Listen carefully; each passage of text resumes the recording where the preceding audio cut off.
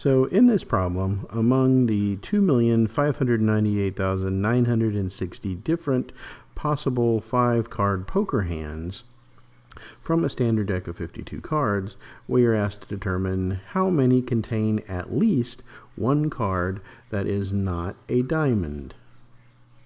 So what we want in this problem is at least one card in this 5-card hand which is not a diamond.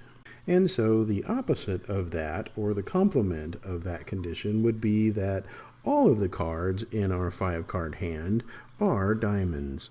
And so what we have, then we know that we have a total of 13 diamonds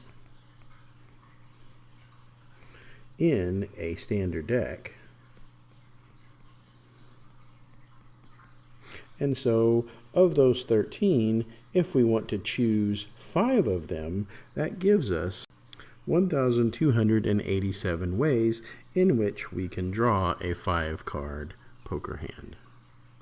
And so of our 2,598,960 total ways, we have 1,287 that we don't want.